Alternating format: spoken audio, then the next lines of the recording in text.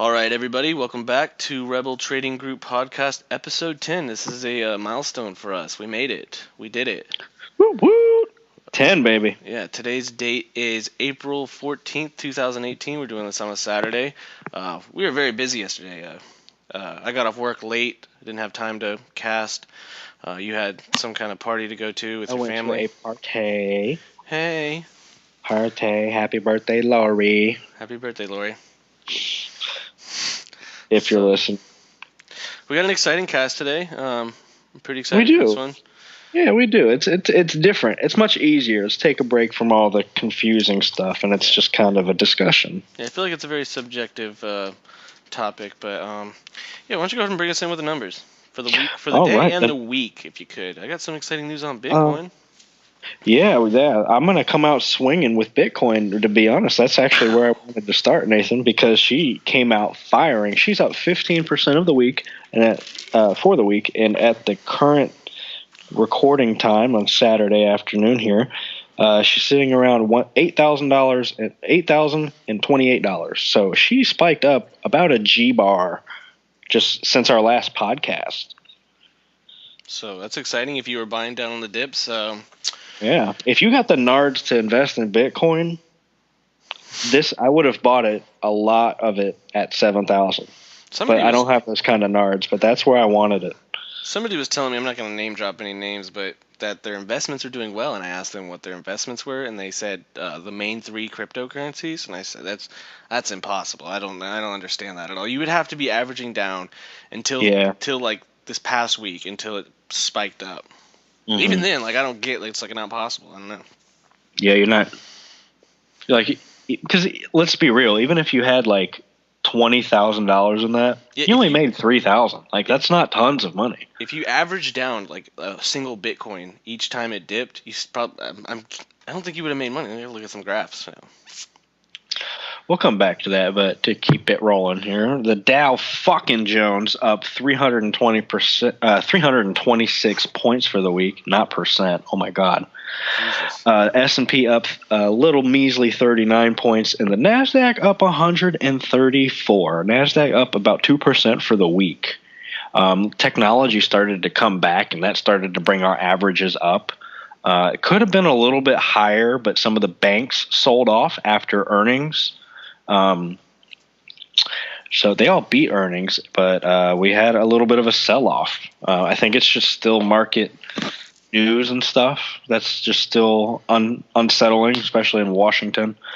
But it was a pretty sideways week, but for the most part, a lot of the big boys seemed to rally pretty nice. A lot of the blue chips, so decent week. How'd you do this week? I was up 2%. You're up 2%. Nice. Yeah, good. Nice little meh. So I'll take it. I was up 10% on the week. Yeah, very nice. You're doing pretty well with your options. Yeah, I thought about this is a pretty good transition to market news. I thought about buying some options for next week, and I just had a feeling that I hate buying options on Friday because there's that 2-day period. That Trump has. That Trump can tweet shit. Trump can tweet stuff and can change the market like crazy. Mm-hmm. So, and sure enough, transition into market news with Nate. Boo-boo-boo-boo-boo. God, we gotta get that, dude. We gotta nail down the soundboard. I'm gonna work on it. It's gonna happen next episode. Soundboard. We will install it. I'm not gonna have a button where I push it, but we'll edit it in there. Okay. But yeah, it's gonna be great. So, we as you know, if you're paying attention to the news, you follow news. However you get your news source: internet, paper, cell phone, whatever.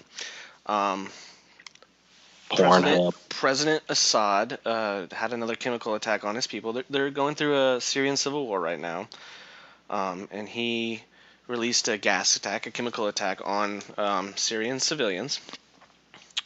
I don't really know much about the background. I should know more about Syrian civil war. It's been going on for a while. It's a Syrian. It has to tie in with the Arab Spring, right? Well, if I can kind of just to back you up, there's so much shit going on in Syria that it's much more difficult than like who's right, who's wrong, because there's like 4 or 5 different factions in there. You have the Turks in there fighting for whatever, and I imagine they're the same as the Kurds. Turks I and can't the Kurds? I don't know if that's true. They might be the opposite. Then there's some allied forces there. You've got Assad's regime, of course. You have ISIS, unfortunately, and then you've got like Russia backing one side and like the Saudis backing the other side. So it's really more difficult than just like, oh well, Assad did this, so we need to attack. It's really much more difficult than that, and that's the biggest reason most people are having trouble keeping up with Syria. So, really, what happened is we did release a missile attack on Syrian chemical warfare plants with the help of Britain and France, as per Donald Trump's tweet. I really don't. I suppose, like, if we do end up declaring war, I mean, it's going to be this weird. Are we allowed to go to war? Is Donald Trump allowed to go to war by himself? Because it's got to be an act of Congress to go to war. Mm-hmm. And he's off here just blowing off missiles, and everybody's we've got, excuse me for saying this, but the liberals saying that you need to have a act of Congress to be doing this stuff against another country. Well, I mean, here's I'm going to put in my own kind of 2 cents. Here's my thing. If we were going to stop Hitler, when would you stop him? At what point do we stop Assad from killing his civilians? At what point should someone step in and say that? Do we need to wait for the inaction of Congress to do that? It'd be another 2 freaking years before we do something, before Congress does something. I watched that movie with Winston Churchill. Nobody had the balls anymore, and Britain got taken over, and I hate to say it, but that's exactly why Churchill had to step in. So, what was that fucking movie called? War? Darkest Hour? War? Oh yeah, I need to watch that. Dude, it was great. Gary Oldman killed it. War in the stock market. I've read that when we're in times of war, invest in defense. What I've heard is when the stock market's down, invest in defense. So I can assume if we're going to also go to war, also invest in defense, because we're going to, put that on the front burner of the economic schedule. So other than that, we still had Facebook, doing their thing. How did they do this week? Let's check. As a result, end of week. Facebook was up for the week. I know that for a fact. That's half the reason the market was up. 4.33% on the week. Yeah, not a bad little run. That I still think you shouldn't. I mean, personally, we're about trading here, but I'm not trading Facebook. I don't know where it's going to go, and I feel like all the big movements already happened. So I'm going to sit on the sidelines for these few. Well, when the news came out, they had their normal correction along with everybody else.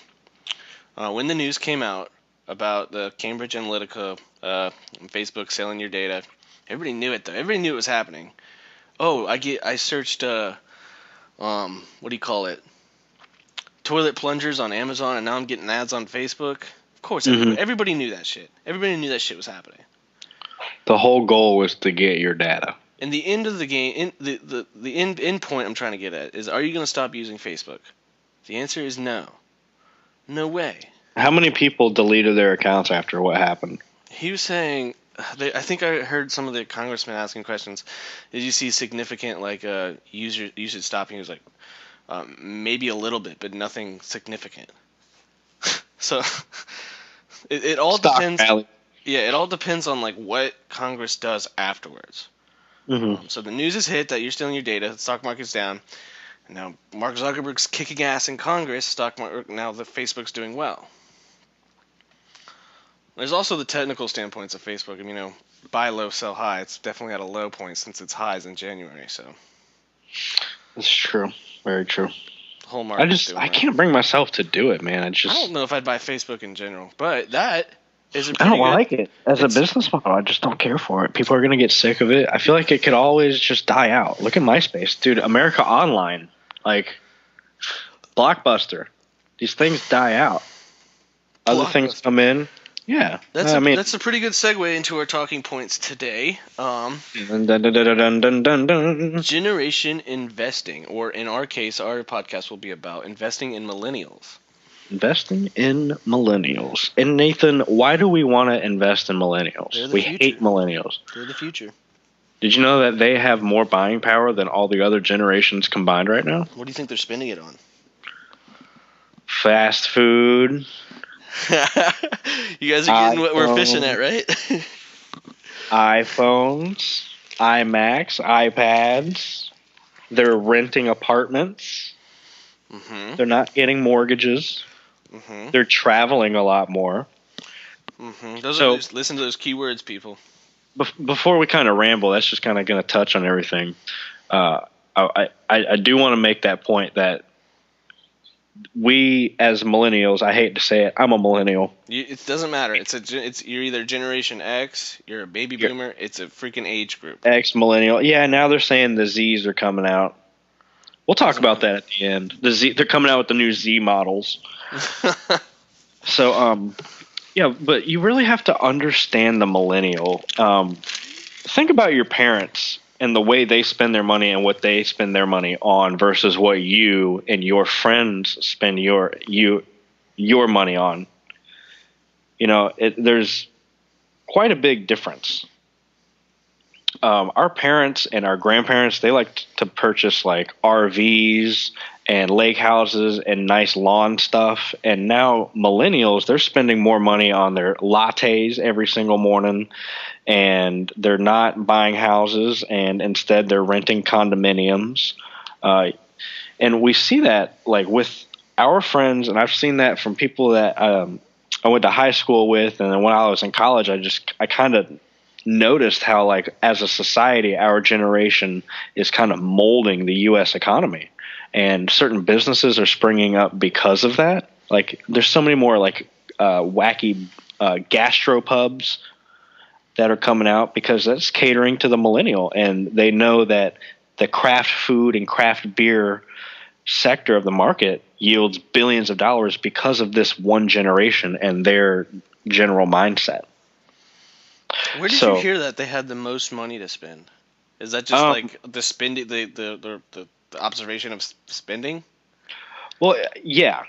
I read a book, and I've also heard that statistic every day because 10,000 people are retiring every day, but over 25,000 millennials are getting a first job every day. So more money is kind of going out, like that's coming in from the workforce is going to people ages 18 through 35. Maybe even, and then you can expand that window. So if you think about it, the working force is just rapidly growing. You feeling better from that sickness, man? I am. I still have a little bit of phlegm, but I feel fine. Phlegm. All right. Well, where do you want to start diving into this? Well, that's a kind of a great point or a great question. I mean, because this episode is going to be kind of about how to invest in the millennials. So I just kind of went over the why. We have the most spending power, molding entire businesses around what we want. For example, I minored in hospitality management at the University of Central Florida. Go Knights, national champions. You guys didn't win that championship. You guys don't have a trophy. Governor Rick Scott wrote us a letter, so congratulating us for being national champs. So it's legit. Yeah, Governor Rick Scott's Alabama. Did you know Alabama has like 4 unrecognized national championships? Yeah, except for that one in 2018 or 17, whatever they're calling it, is not UCF's. So. Okay. Well. Yeah. Anywhom. Well, we can Wikipedia it real quick. Hold on. I can look it up. Oh yeah, you can't trust that. You can't cite that source. Oh, you didn't go. Didn't you go to college? It's 2018. College professors are now saying use Wikipedia. Okay. All right. Anyways, we'll go on. Go Knights. Yeah, I remember I was going through a lot of like event planning classes, and I took a lot of like hotel geared classes and projects. for whatever reason, because I was in Orlando and that's one of the biggest travel destinations in the entire planet. So by learning as millennials are expanding the amount of millennials and their purchasing power is rapidly growing, and they're the ones that the hotels have to change their entire business models around. So they're having to become more technologically involved, and they're constructing entire brand new hotels around millennial desires, like expanded lounge areas, smaller rooms. Actually, millennials prefer smaller spaces for whatever reason, for comfortability reasons. From the lighting in the bathroom to the height of the counters. That's so weird. Yeah, it's wild. But I remember reading about how Marriott is designing entire hotel brands around millennials. They're putting more bars and like restaurants within most hotels now. So like when you go out and it's just a casual hotel that's still $100 a night, well, you still have dining options within that hotel when most don't right now. So they know that they want the experience when they stay in the hotel. Like, oh, we ate at this restaurant here, we stayed here, it was great, this hotel was lovely. You know what I'm saying? No, I understand completely. It's like weird to be part of like this. It's part of that change. But if you think about it, the same thing was with. I mean, you can imagine the same thing was kind of with our parents. Like they needed bigger hotel rooms. More families started to travel more, so they needed to build more bigger hotel rooms. They had to put like double beds in there. That's how they started chains. They put them on the side of the roads because America was growing and the road system was rapidly expanding. And they said, hey, if we put hotels by these exits, then we can capture more families that are traveling across the country. So that's how like Holiday Inns grew. It's all part of growing to what is occurring as a society. It's all about molding your businesses and the opportunities around what's constantly happening. So now as there's hotels all over the fucking place, well, we want the fun hotels now. Now that we have all these variety, we don't want the boring hotels. We want something that we can have a fun experience in, where we can go down to the bar and have a drink and then have dinner in the same place, and then go out in the pool is a blast, and there's swim up bars, and there's all this shit that millennials want because we like that party scene. But yeah, so that was kind of a little bit of a ramble there. No, I mean it's okay. But I think that's exactly it. Like, trying to drill that point. Don't you feel like it's a fad? It's gonna die out. I mean, at some point, you're gonna turn past the age of partying and realize, oh shit, I need to start saving for retirement. I mean, obviously, no, not obviously. The smart person like us and other people like us listening to this podcast start saving early. Like I'm saving for retirement right now. I just started my 401k options. Ooh. Yeah. So, how can you become a part of this rapid change in these businesses that are growing around the millennial generation? I just asked you a question. Oh, I didn't know there was a question there. Yeah, I'm sorry. I said, don't you think this is a fad? Oh, no. Yeah. Okay. Yeah. Well, I don't think it's fad because you got to remember it covers a wide group of people right now, and there's a lot of people. There's a lot of millennials that are still around, and they're still that generation is still rapidly expanding every day. The population is growing and growing. Of millennials? Of millennials, yeah, absolutely. How is that possible? They've capped the age group of millennials. So what is the next one then? The Z? Where does that start then? Let me check. I'm actually Googling that right now. So anyone born between 1981 and 1996 will be considered a millennial. Anyone born from 1997 onward will be part of a new generation. This is from the Pew Research poll. Okay. Well, I see how it could be a fad, but for the time being, remember, the businesses will always change. For the time being, yeah, this is the crowd that they have to cater to, and this is where the money is. But then when our kids start to take over, and our kids are the ones that are changing the environment. These Marriott hotel chains and stuff, they're going to have to say, well, fuck the old people. Yeah. We need to get there. We need to get what these guys want. So this is more of a more geared towards a generational investing podcast more than just a millennial. Because if we're going to say millennial, then it's got to adapt during each time phase. Because when you're 30 and 40 and we're talking about millennial investing, now we're talking about maybe like investment companies. Mm-hmm. You know, so this just hit my mind. It's kind of funny to me, but maybe a really good millennial company or I say millennial company, a company that millennials would focus, or millennials focus on a company, would be God, what is it called? What's the student loan company? Navient? Navient, yeah. NAV. No, dude, they get hammered. I don't know, man, because dude, there's defaults like a motherfucker. Someone and Dylan, there's you a can student listen to the loan podcast. bubble. Dylan was saying that you can't. He kind of rambled. It was really weird. He was in the same sentence. He said, "You can't default on your student loans, but if you don't pay your payments, they can come after collateral." And I was like, "That's defaulting on your loans. That's you contradicting yourself." There was other substance. I get what he's saying though. But I don't know. Like, I feel like I always joke around with my sister because we both have student loans that we have to pay. I said, well, why don't you just buy Navient and then get the dividend payments and have them pay for your student loans for you? Yeah, if you got enough in savings, then do it. You know how great that would be? That wouldn't work. You would need so many shares to you would need so much money to be able to do that, to make your monthly payment. Yeah. But you wouldn't have student loan debt. Yeah, so there's ways that you can invest in them. Obviously, one of the more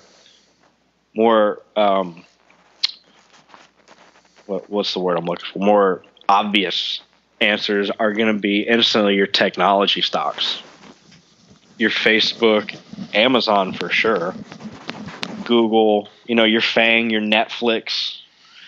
Why don't you go ahead and explain what FANG stocks are? FANG stocks, as coined by the famous Jim Cramer, the guy who yells on TV about stocks. I love him. Yeah, he's great. He's got great energy. The only thing he doesn't do is cuss. That's the fuck he's missing. But he coined this term, the FANG stocks. That's Facebook, Amazon, Netflix, and Google. I heard there was another. Well, but they kind of make it like Facebook, Amazon, Apple, Alphabet, Netflix, Google. Well, Alphabet and Google are the same thing, so you wouldn't. Yeah. But, okay. But that's the gist of it. So FANG, and as a whole, those companies have almost over like $2 trillion market cap, or well over that. So what are the massively growing. What are the top 10 companies of the NASDAQ? QQQ. I looked it up the other day. I know Facebook's number 4. Apple's, of course, number 1. They're the biggest market cap in the United States. Yeah. And then there's, let me pull it up actually right now. I know you have Apple, there's Facebook, Google, Microsoft, Amazon. Top 10. Hold on, it's loading. All right, in this order: Apple, Microsoft, Amazon, Facebook. The Google is 5 and 6 because there's C-class shares and A-class shares. Then 7 is Intel, 8 is Cisco Systems, 9 is Comcast, and 10 is NVIDIA, with Netflix at 11. And then you have a lot of other big ones there that are just these humongous market caps, like Starbucks is in the top 25, Gilead, of course, Texas Instruments, Adobe, Kraft Heinz. There's a little diversity there. Kraft Heinz? Kraft Heinz. Is in the NASDAQ? Yeah, it's the top 25. That's weird. Yeah. I mean, it's just the exchange. I know, really. Primarily consisted of tech stocks. I get it. It's cheaper to list on the NASDAQ exchange than it is the New York exchange. I didn't know that. There you go. The more you know. So these are definitely growth stocks in the sense that they make a little bit of money, but they're so hyped about everything that they do that the stock price surges without the fundamental backing to really lay down the foundation as to why a stock should be that price. I know why the stock soars like that. So, like, why is the stock of Netflix or of Amazon? Why did it hit $1,500 at one point? Amazon's a real different story, though. Okay, well, let me take Tesla. most of those companies we just.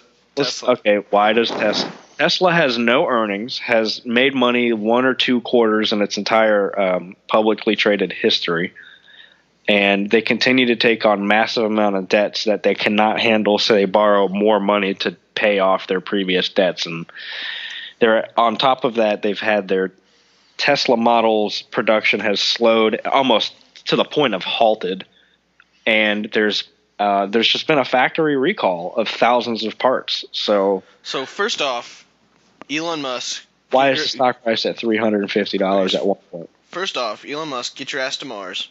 Stop blowing up rockets. Let's go.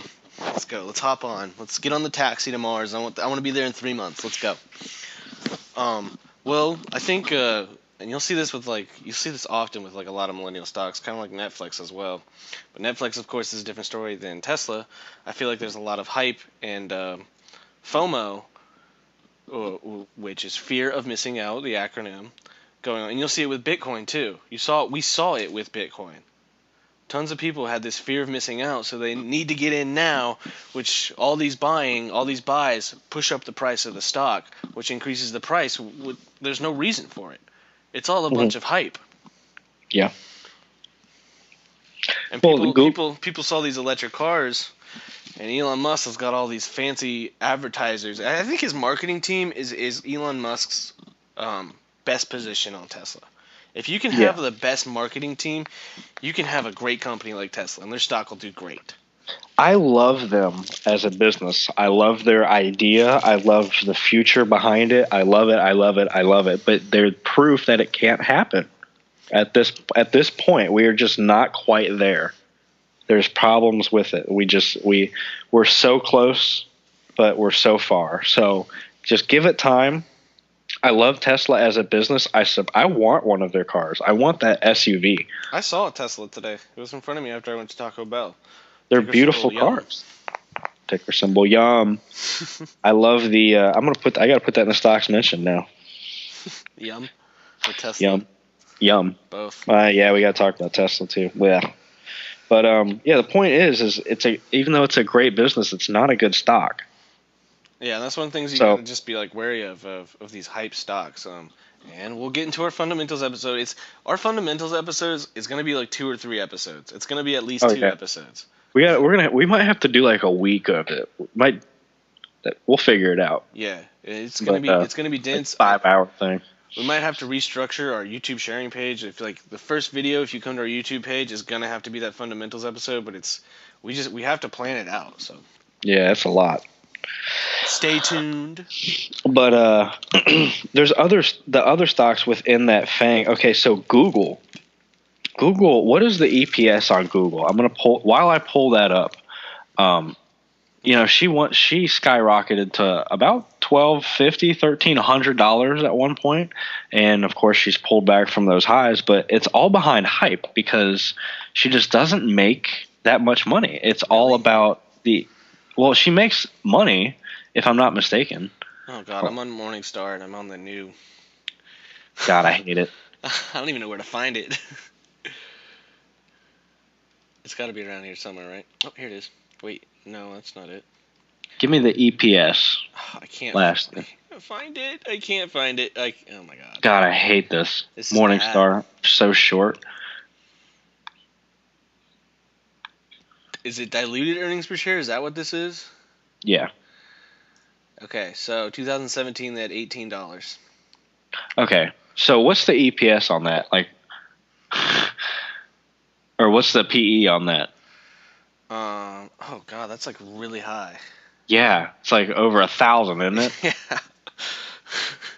It's like an 800 PE. Means every $800 you put into Google, it yielded you $1. Now, granted, the stock price continued to shoot up, and there's a lot of hype. Google has a lot of power in this world. They own YouTube. That's just a small piece of who they are. And you also got to remember, someone owns Google. You're actually investing in Alphabet, who owns Waymo, which is trying to get into the self-driving car world. And they own just tons of other divisions and research companies and website services and cloud services and computing services and business solutions. And they have a lot behind them, but their operating expenses and their research expenses and their like everything that they need to purchase is expensive. The server farms are very expensive to run. They have tons of salaries they need to pay. They're out in fucking Silicon Valley, which is expensive real estate. There's just so many costs behind it. And on top of that, they just continue to reinvest the money back into the company. So there's so much hype behind it, but there's not enough fundamental backing that at the end of the day, if there's a recession or some massive financial crisis again, Google, everybody will wake up and realize, I'm going to get out of the Fugazi here, this charade that is the big tech names, and I'm going to run for the hills. And I'm going to go for businesses that actually make money. So while Google is fun and exciting, and yes, the millennials love it, everything Google is great, absolutely. They don't make money. They don't make enough money for me to want to invest in. I don't want to put $800 and have it yield me 1. I would rather put that $800 and have it yield me like 6% on a nice real estate REIT, you know? Excuse me, I'm going to kind of sidebar right here. Is operating cash flow the same thing as cash flow from operations? They changed the wording. I think cash flow is coming in. The operating cash flow is going out. Dude, Morningstar.com, you screwed everything up. I don't know where anything is. I'm still like, ever since our first episode, and we talked about, or that research episode 3, 2. Yeah. Ever it got since, shittier. Yeah, I just don't know where anything is. Mm-hmm. But man, I gotta disagree, man. No, I don't disagree on the theory of hype stocks like this, but I gotta disagree on Google. I think Google's gonna take over the freaking world. I like Google. I wish I could invest in it. Have you looked at option prices on Google? Well, I mean, I feel like any company that's got a price over fucking $200 is gonna be expensive option prices. It's ridiculous. Now I'm interested, so. Now I gotta look at the chain. Now I gotta put my life savings. Get it at the money call for a year out. No, I'm never making a year out option again. God, that is the worst. You have to sit and watch that for a year. Oh God, it's the worst. So, some of those more exciting companies, of course, I guess if you really just want to capture the millennial, I guess that's a good way to do it. But personally, that's what we're talking about, though. Yeah, that's a good way to do it. Personally, it's not my favorite way. I think there's some other ways that are actually a little bit better. Personally, I think apartment and townhouse REITs, real estate, is a great way to do it because apparently a lot less millennials are interested in purchasing houses, and they like the flexibility of owning condos where they can just hold it for 2 years, and if they want to move again, they can move, and if they want to stay longer, they can stay. There's a lot of flexibility behind it. And a lot of millennials are putting off having kids, and they only need single-family homes where they need 1 bedroom, 1 bath, or 2 bedroom, 1 bath. And they prefer the ease and simplicity of just renting and not having to get this huge mortgage payment for something that they're not going to own. Granted, that's not a great decision for everybody. I don't believe in renting forever. I think you should at least own some property because it can turn back around on you, but that's a different podcast. But Granted, that's what's happening now. A lot of millennials are just moving in together and having apartments or sharing very small homes and townhouses. And we see that across all of our friends right now, right? You know, I gotta say something. Grow the fuck up, millennials. It's pissing me off. It's starting to piss me off. And it pisses me off the moment you said millennials spend the most much. As soon as you said that word, I was like, spend. Gotta put some money away, dude.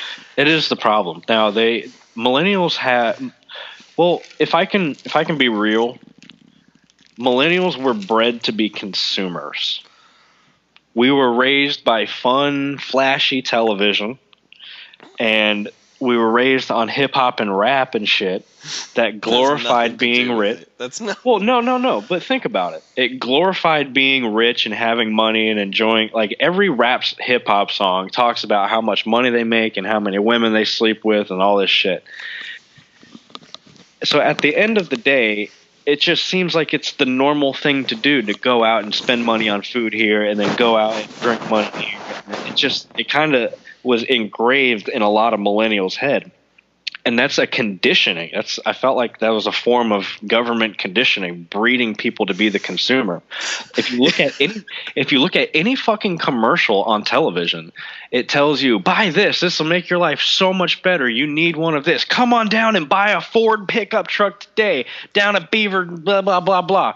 Come on down. You need these Ziploc bags. These are the best Ziploc bags. Or spend your money and come get this huge fucking steak for $24.99.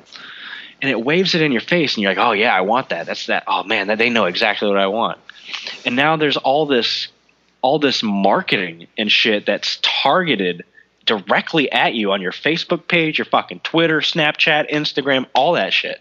Targeted directly at you to constantly reminding you that, oh, just go out and, spend a little money here and come into Taco Bell. We have two for $2, And you're kind of bred to be this consumer, and you just see it. And for a lot of people, Nathan, we have broken that conditioning. We understand, put money aside, be on the other side. Don't be a consumer, be a producer. We understand that. But sadly, most millennials don't fucking understand that. And they don't want to hear, oh, well, save your money. And grow it. That's not fun, Nathan. Going out and drinking Bud Light at the end of your shift after you're working at a restaurant and fucking your coworkers, that's fun. That's fun. That's the normal thing. I don't know why you're so worried about saving money, Nathan. The stock market doesn't mean anything. Oh, why do you watch it? That you're not having any fun. I don't have money for that. I was talking to my manager today. I just got my stock or my 401k options package from my manager a couple days ago, and I asked him today. I said, "Hey, do you know if there's a Roth options in the 401k plan here?" And he goes, "I have no idea." And this is the guy like leading your 401k, isn't it? This is the guy like giving you information on your package. He said you should talk to. He's my immediate manager. He's like, you should talk to the store manager about that. Mm-hmm. Oh, okay. But like I was like, even like him, I was like, you're under 20 years. I can guarantee he's under. I'd say under 25 years till retirement. And no idea what a Roth 401k is. I was like, dude, hop on, man. Get in the know. Dude, but see, he's paying those asshole mutual funds thousands of dollars over the course of decades, thousands upon thousands of dollars to hold his money for him. And until then, he's going to blow the rest of his paycheck on beer and whatever, man. He's a good guy. He's not an asshole. But not one of those. Okay. He's not every consumer asshole out there. Yeah, I'm sure he's good with his money, but like, no more. I just feel like there's more. We are different people than average people. Yeah. I ask people all the time. We understand realities of the world, and other people don't. I ask people all the time about how their 401k is, and most of the time they just say, I don't know. And my manager said this today. He said, I don't know. I just sign up for it and let it do its thing. And I'm just like, you're just letting it do its thing? Like just on autopilot? Yeah, you could optimize it so much more. What would you rather do? Retire when you're 50 or retire when you're 65? That's a 15-year difference. And if you allocate it correctly and you save the money that those funds take back out. Remember, when you compound your money, but your fees also compound too. The more you're making, the more they're making. Yep. So at the end, like, what was the math I did? It was like $156,000 that somebody is missing out on That's 10%. That's 15% of $1 million. That's a fucking house for some people. That's a very small house.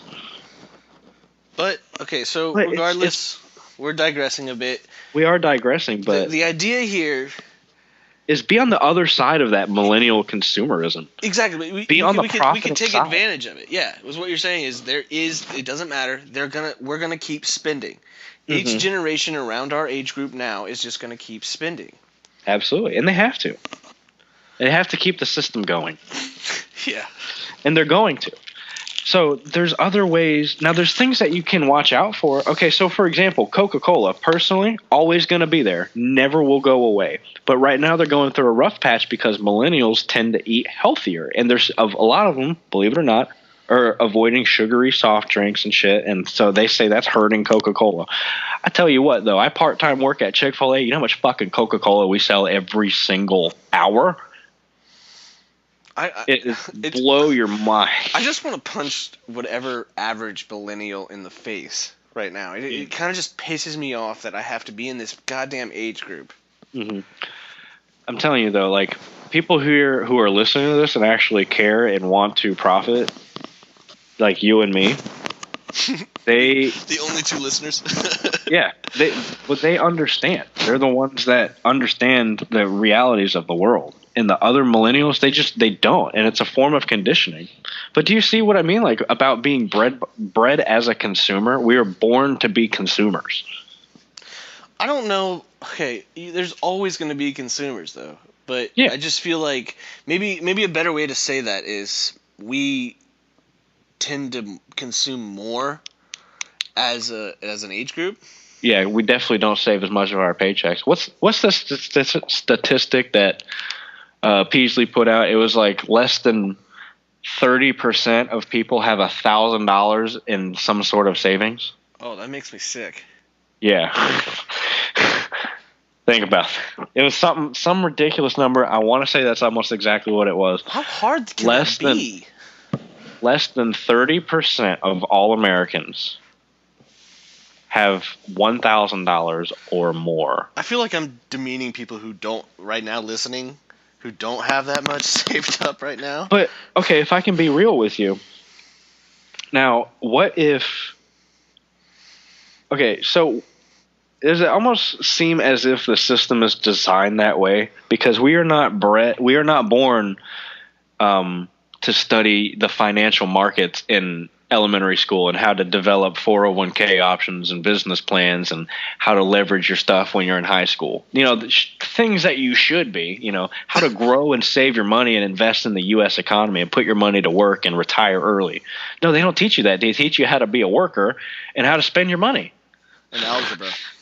And algebra, the Pythagorean theorem. And then they tell you go to college and graduate with another $250,000 in debt that you didn't need. You know, my guidance counselor, I said I didn't want to take AP classes my senior year, advanced placement class, and she said, well, you know, colleges won't really look at you. You won't really get into a college if you don't take AP classes. Okay. What does it do for you if you got A's in high school, if you got C's in high school? Nothing. Well, I mean, like you could. Unless you're going to college and you're trying to be a doctor and shit, okay, whatever. But for 90% of people who are like, oh, I need to get a B in this class, fucking why? Especially if you're in college. Why are you studying, trying to get these fucking straight A's all the time? It's not going to do anything for you. A degree is a degree. A diploma is a diploma. No. Your resume, if you have over a 3.5, you're definitely putting that on your resume. Okay, but what is that going to get them? What job is that going to get them? Oh, well, you know, usually we don't hire people, but because your GPA was over 3.5, we're going to take you. I mean, I would say now in more contemporary like companies, they look at more experience rather than your GPA. Exactly. I would take any edge I could get to get a good job like that. Well, that's true. It also depends because people are in a lot different positions. Like a lot more people are trying to be like veterinarians and like nurses and doctors. Okay, yeah, I get it. Competitive programs, I get that. But so many people out there bust their ass and like think that, oh yeah, college and high school is you have to do good and you have to get all these good grades so that you can get a good job and work till you're 65. And it's no. If you Just can put money in the stock market. Don't even try. Fucking put money in the stock market. Don't go to college. This is probably the worst advice. If we're not giving advice, let me reiterate that. That's the best, worst advice I could give anybody. Reiterate the point. We are not giving advice. We're having a conversation about stocks. I don't know, man. So maybe. Let's continue. We gotta stop digressing. We gotta stop digressing, but oh man, millennials, man. But we want to be on the profiting side of that. So just kind of over the near term, kind of you got to adjust the investment style around the incoming millennials. You know, so you have to adjust. I think it adjusts itself. The market kind of adjusts itself. Well, businesses will adjust themselves, or they're going to have to. They're going to have to. What I mean, to millennials. I'm sorry, say that again. They're going to have to target certain brands of tires to millennials. They're going to have to figure it out, or they're going to get left the fuck off. You know, for all around the business spectrum, banks are going to have to start catering to the millennial.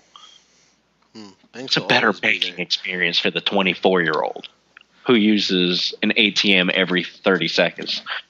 You know, that's the shit we think of. That's the shit they think of, and they have to keep up with the flow. And some of them are gonna fucking go. Look at what happened to Chipotle. Remember the hype behind this is the future, this is what's going to happen, and then it's the millennial craze. But look what really happened. The second a little reality set in, dude, I called as soon as okay.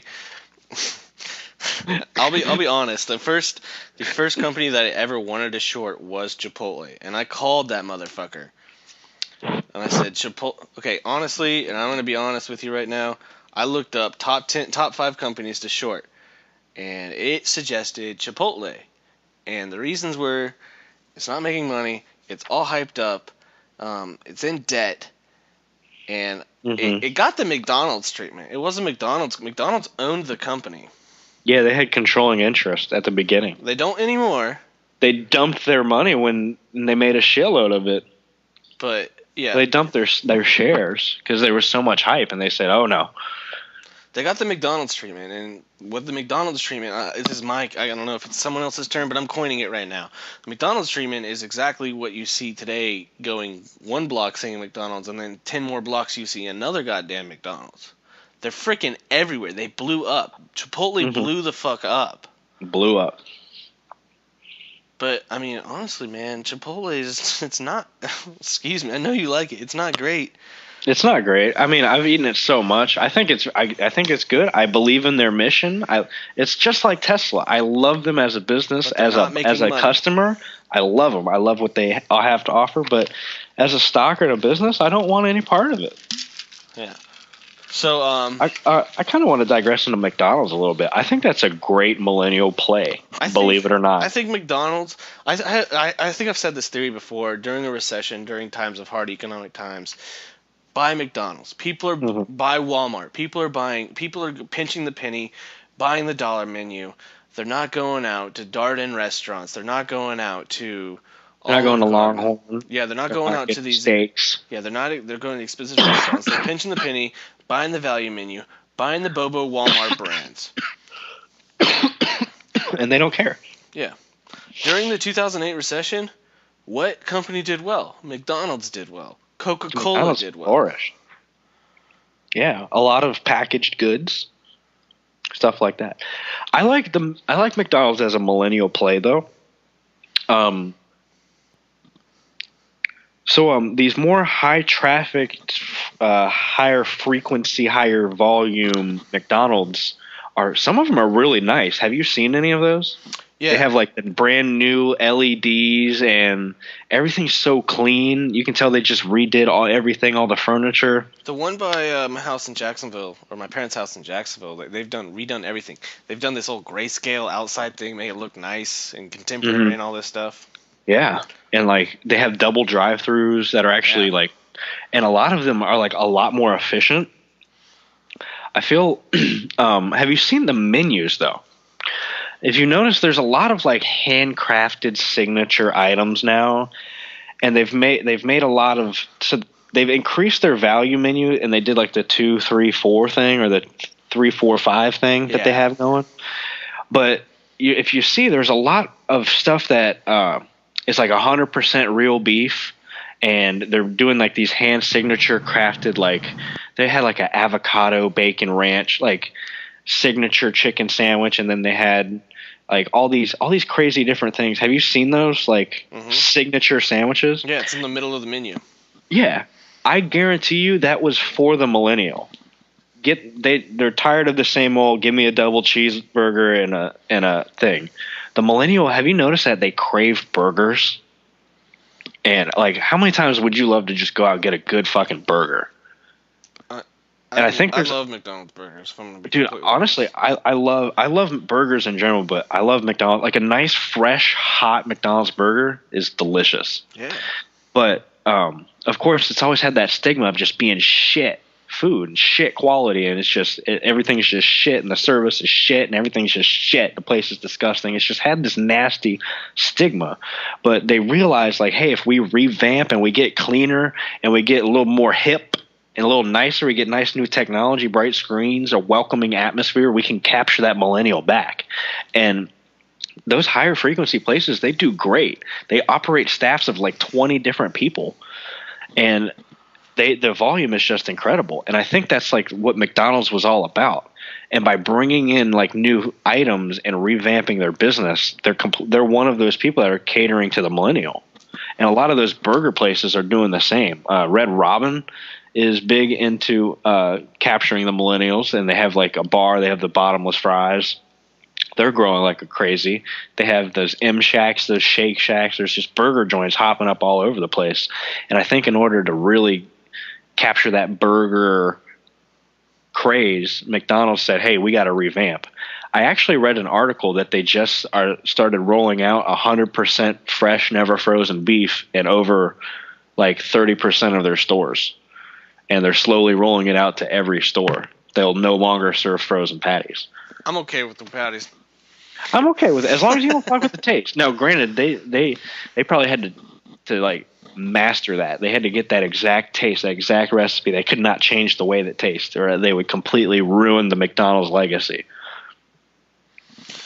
But I like McDonald's as a millennial play. Granted, don't trade it because of what I said, but I like McDonald's, and like the 10+ year term, I really think they're going to turn their business around, and they're turn around. You mean keep going?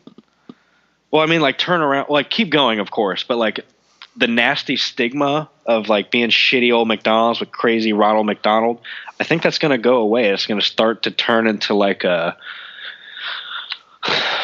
more contemporary, better with the times, more exactly, more experiential. Like you go in and you go into McDonald's and you have dinner. I think it's going to be a lot more like that. Disgusting. I would never go to have dinner at McDonald's.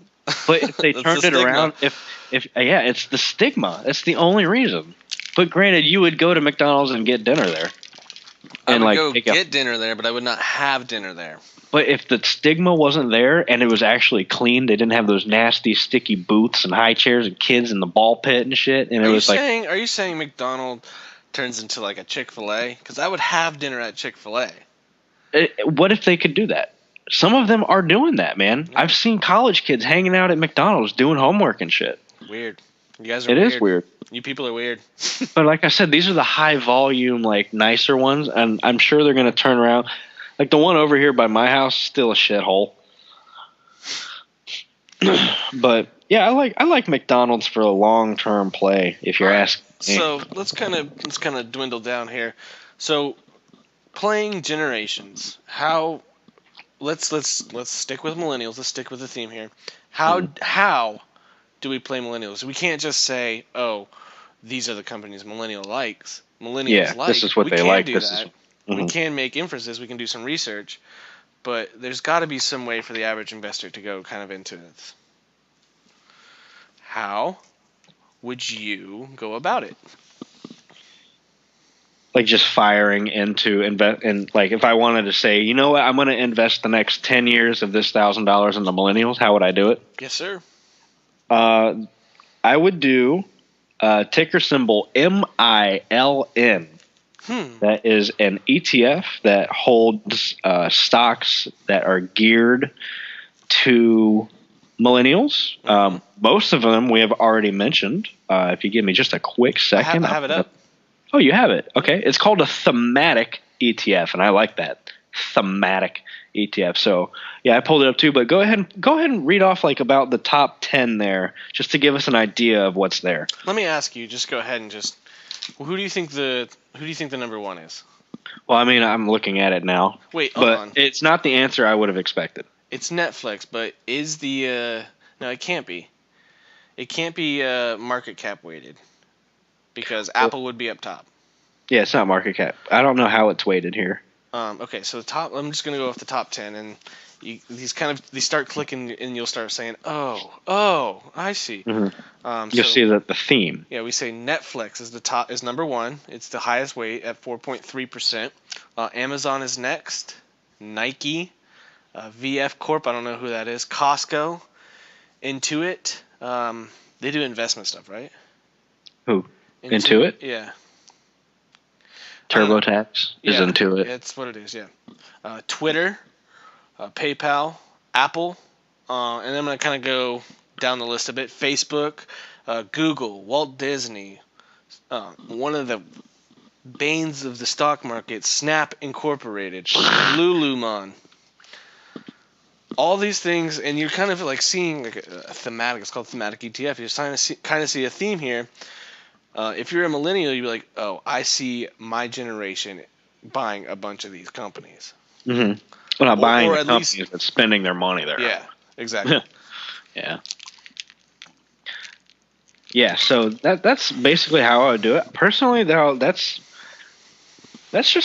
sounds like a decent fund just for a lot of growth opportunity, and that's really what investing in millennials is investing in growth stocks, the things that are really going to capture the future, because that's what millennials are. So you're trying to catch that, I guess, tidal wave of the future. The thing about MILN is it doesn't have a lot of movement. It's not a lot of volume. Yeah, as an ETF, it doesn't seem like it moves a lot. But we need to do an ETF episode. Write that down. Write that down. We kind of did an ETF episode. Well, we talked about them, but we didn't break into them. We can really go into like the flavors of them and what's out there. Yeah, it'll be a ETFs 2 episode. 2.0. They traded the net asset value. The NAV. Right. Yep. ETFs. When you buy there's more or less never a buyer and seller on an ETF. The funds purchase the shares as needed, and that's in turn so that when you're buying into the ETF, they have those shares. It's really a complex thing to explain. It's really the average of all the shares that they own. It's the net asset the NAV value. Yeah, the NAV. The net asset value is all the shares and the current value. If you put all those shares together, that exact moment, what is it worth? That's the NAV. And ETFs always trade at the NAV. There's usually never a buy and sell order on that. Yeah, because all the buying and selling, profit moving is coming from the stocks, not the ETF itself. So another, so there's MILN. That's a good ETF. Another ETF I would recommend is SOCL, kind of like social. I remember that one. Social media stock. I have it up here, right here. The top 10. Who do you think the number one is right now? Facebook. Nope. Twitter. Yep. Twitter is number one. Twitter. Thank you, Donald Trump. Twitter, you know, Twitter has doubled in price since Donald Trump has been in office. Oh, I wouldn't doubt it. Yeah, because now I feel like he's the only reason it's alive. Yeah, top 10, and some are out of United States, but that's okay. Twitter number one. Tencent Holdings in China. I like Tencent. Dude, they're huge. Their market cap surpassed Facebook's. Facebook is number 3. Interactive Corp. I don't know who they are. I'm sure they have some kind of influence in social media. Obviously, they wouldn't be on the ETF. Snap Inc. I remember hearing about Snap Inc. Of course is Snapchat, and they sell the Snap goggles or whatever, Snapchat goggles. But basically, they make revenue from ad revenue from Snapchat. I remember hearing about their IPO and telling Jason we should invest in SOCL, so when the Snapchat IPO comes out, it'll kind of average its way Get up. some. Yeah. And a bunch of the rest of them are China and Japanese in the top 10. Google's in there as well.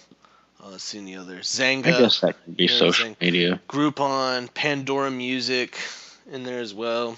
Match Group. Is that Match.com? Yeah. What? Yeah. You know they own Tinder? Really? Yeah. That's disgusting. I despise Tinder. Yeah, it's gross. I never got to use Tinder. Yeah, that's a good thing. Maybe that's for the better. But yeah, that's if you're gonna invest in the generation, look for these new generation maybe ETFs, kind of predicting companies that millennials use. I wouldn't say go ahead and pick a company that millennials are investing in. I mean, you could. You could look at these ETFs, but like if I was gonna say, it's kind of biased. You have your own bias. That's what I'm trying to get at. Yeah, don't just go willy nilly. Oh yeah, they like Google, so go to Google. Exactly. Okay, well what if the millennials don't really like Google and they like this in the future? Then you're fucked. That's exactly what I'm trying to get at. Hand pick based on what you like. Like personally, I would never pull the trigger on Netflix. Like it's just a stock and its valuation that I cannot get over. But I might pull the trigger on Microsoft. Because they're a very well-established company that pays a very good dividend. They don't have an excessive amount of debt. They have a manageable amount of debt, but who's not going to write Microsoft a check? And when it's cheap, borrow it, you know? So I find value in Microsoft, but someone else might say, I think Netflix is the future, and that's what they want. That's okay. That's your risk tolerance. That's what you want to go. But I want someone to take this episode as a whole and just kind of not necessarily think I need to invest in millennials, but just keep that in the back of their mind when they're picking their next long-term holding. How is the next generation going to affect this? Because in 10, 15 years from now, there's going to be another kind of switch. And we're going to start to see another phase. And from what I've read a few books about millennials and generations and stuff. The Gen Z population is starting to be a lot less of a consumer and more interested in saving money. And there's not a lot of it's hard to really get that statistic because there's not a lot of them there. But like I said, I part-time at Chick-fil-A and I work with some of these people who are 15, 16, 17 years old and all they want to do is save their money, believe it or not. So I thought that was interesting. I always had a joke that millennials, the kids of millennials are going to be like, oh, no, I crave structure. And, oh, yeah, politics aren't really my thing. And just everything that the millennial wasn't is like, oh, yeah, I don't want to end up like my parents. They were wild. And like I'd rather just save my money and, you know, enjoy my life. I always thought that's how it was going to be. But if I could throw out one little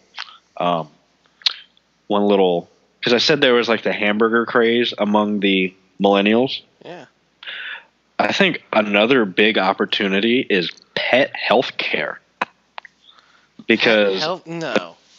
Yes. No. How many millennials do you know will take pictures of their dog and they're hiking with it on Instagram and they took it in the truck and everywhere they go is their dog and my dog is my baby. I love everything. And they will spend any amount of money it takes to make sure their dog lives. There is so many of them and I am even one of them. Ugh. There are so many of them out there. You have a bias there, man. I don't think so. I think pet insurance is insane. Well, I mean, not necessarily insurance, but okay, so here's Idexx. I think that's one of the biggest pet healthcare. Fluidic systems, component engineered products, blah, blah, blah, blah, blah. Hold on, that's the wrong one. Let me get it. Sorry, pause, edit if needed. Fuck, what is it called? Idexx Labs? Yeah, there it is. Okay, yeah. I was right. There's an Idexx Labs and an Idexx Steel one, so there it is. Okay. Develops, manufactures, distributes products, provides services for companion animal veterinary. Remember, there's also livestock, poultry, dairy, and water testing markets. They basically do like pharmaceutical products. They have medical diagnostics market, licensing arrangements, point of care veterinary products, instruments, consumables, tests, kits, among many other things. So it's kind of like a big pharma company, but for just animals. And I think like pet medicine, pet healthcare, pet food. A lot of millennials love pets. No, they have that. I'm sorry. I wouldn't ever recommend that for anybody investing. In pets. Yeah. Okay. Well, like I said, it's not a fact. I'm not saying it's hard. I mean, clearly that's not your taste. Then say it yourself. Would you invest it in yourself? Would you invest in if they had a sector of healthcare for pets? Would you invest in it? I would put some money in it. No, I would absolutely not do that. I disagree. I would absolutely do it based on I would have to look at the companies because basically they're pharmaceutical companies. At the end of the day, I feel like they're not really anything else but a pharmaceutical company. So I would still be weary on that because I don't like pharmaceuticals. But I want to say it's a potential area of opportunity. I'm not saying it's like the best end all be all, but it's a thing I've heard a lot of not financial people. I've heard Peasley say it before, and I've also heard Kramer mention it. And after they've said that, I kind of see that. I see that as a thing. Think of how many and people annoy me with their pets on Facebook and Instagram. Like I'll fucking unfollow you if you obsess over your pets. Few people are exception, but like I don't care about you hiking with your ugly ass, tiny little, ugly black dog thing. I don't care. But they love him and they obsess about him so much. Oh, that's my baby. You don't fuck with my baby. That's my baby. It's mine. All right. Let's. Okay. God, wrap it up, Nate. Yeah. Okay, we're gonna stop this here. Let's go ahead and just move on to Jason, the gluten-free Jason Bessing. I forgot to introduce you as the gluten-free Jason Bessing. The gluten-free Jason. I'm sure we can fuck it. Whatever. What are you watching? What are you watching this next coming week? First of all, I want to start off and say that 9 times out of 10, when I say something, it ends up doing well, and 9 times out of 10, it doesn't. I don't invest in it. So granted, last time I said I was watching MGM for like a short little pop, and sure as shit, she did last week. She had like a nice 4% pop in one day, 5% pop at one point. I mean, and she gave some of it back, but she's still up.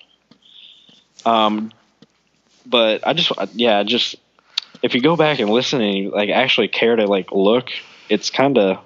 We'll start a Jason Bessing index. Yeah, Jason Bessing. Yeah, well, the gluten-free do a Jason stock Bessing simulator index. with Jason Bessing's picks. But the worst thing is I don't actually do them. Okay, but Pull the trigger, man. You can't be a hypocrite investor. Do the opposite. Mm-hmm. I am actually watching utilities. Why? They continue to be somewhat volatile. And they just had a little bit of a pullback after this week. I mean, it's only down about 1.5%, but I feel like eventually when things calm down, she's going to pop out of this bottom that she seems to have put in around the sub 50 range on XLU, the sub 50 range. And I think she might be due for a little move up. And all the while, if you're waiting for the move up, she's yielding over 4%. So I don't think I'm just kind of watching it. I don't know if I want to pull the trigger, but if I could get it under $50, I'm happy. Okay. What are you watching, good sir? I guess this is kind of a long-term watch, and it kind of plays on my market needs. I'm watching, and I can't afford it because it's a really expensive stock price per share. Boeing Airlines, or Boeing in general, not airlines. Boeing. Boeing Airlines. Ticker symbol BA. BA. They manufacture the the F-16s, right? Or the F brands of the airplanes or the fighter jets? Well, it's not the F brands. The F just means fighter, and that's Okay. a military designation. No. Because no, it's okay. I know it's confusing, but no, there's like Lockheed Martin makes some, Northrop Grumman makes some. There's different companies, but Boeing makes. I believe they make the FA-18. That's one of like the biggest bad boys out there. One of their main prize-winning jets. Yeah, and Trump likes his. He's proud of his military. So, and he's marching. He's got his boots on the ground or boots in the air right now. So that's who I'm watching. Especially, I don't know if I said this already. As a defense play, or like you said, you were going to go long. If you could, you would go long. You wouldn't look for the short term on it. See, I don't know. Would you play options on Boeing? Yes. You would. Yes. And for like within the 1 to 3 month range. Within the year. Within the year. Okay. So you do see it as a potential trade. Yeah. Okay. By the way, I just want to say option contracts are expensive. Holy Idexx. shit. I just want to say the one I would recommend, Idexx Laboratories, in the past 5 years is up over 330%. IPO'd around $44, sits around 191. Jason Bessing, predicting the market. Predicting the market. I'm chasing performance, baby. Let's do it. Good grief. So, yeah. Tell them where they can email us, insult us, all that stuff. Yeah, give us the roast us. We'll roast you back. We won't roast you back. We'll never roast our listeners unless you insult me. If you insult us, then we're gonna give you hell. But if you want to give us criticisms, I don't know. Hey, I kind of like it being insulted. If you want, I don't care. You send us something, man. Or give us some feedback. Just give us some mail. Give us something to open and laugh at. Yeah, we got our first comment the other day. I was excited about that. Thank you. What's up, dude? Shout out to you. I don't know if I want to name drop him, but... Well, if you go and look at the videos, he's the comment. Yeah, he's literally the only comment. Give him a follow, because, you're our guy right now. Email us at rebeltradinggroup@gmail.com. That's rebeltradinggroup with 2 G's @gmail.com. Find us on Facebook, facebook.com/rebeltradinggroup. This has been our podcast episode, Rebel Trading Group podcast episode 10 on, we'll call it millennial investing / generation investing. What's the name of it? What's the title? It's going to be generation investing. Generation investing. I like investing in generations. All right. Investing in generations. Yeah. I like it. Cool, dude. Any last words before I sign us out? Not really. Be careful out there. Don't know what's going on with Syria. Don't know what's going on, but we know what's going on. We have a leader that tweets what he's going to do. It's pretty freaking predictive. Well, I'm just going to say be careful. Just be careful. Just be careful. You never know when you're going to get a missile. Just be careful. You never know. You don't want to wake up and there's a missile in your house. Yeah. Well, thanks for joining us, and without further ado, is it Monday yet?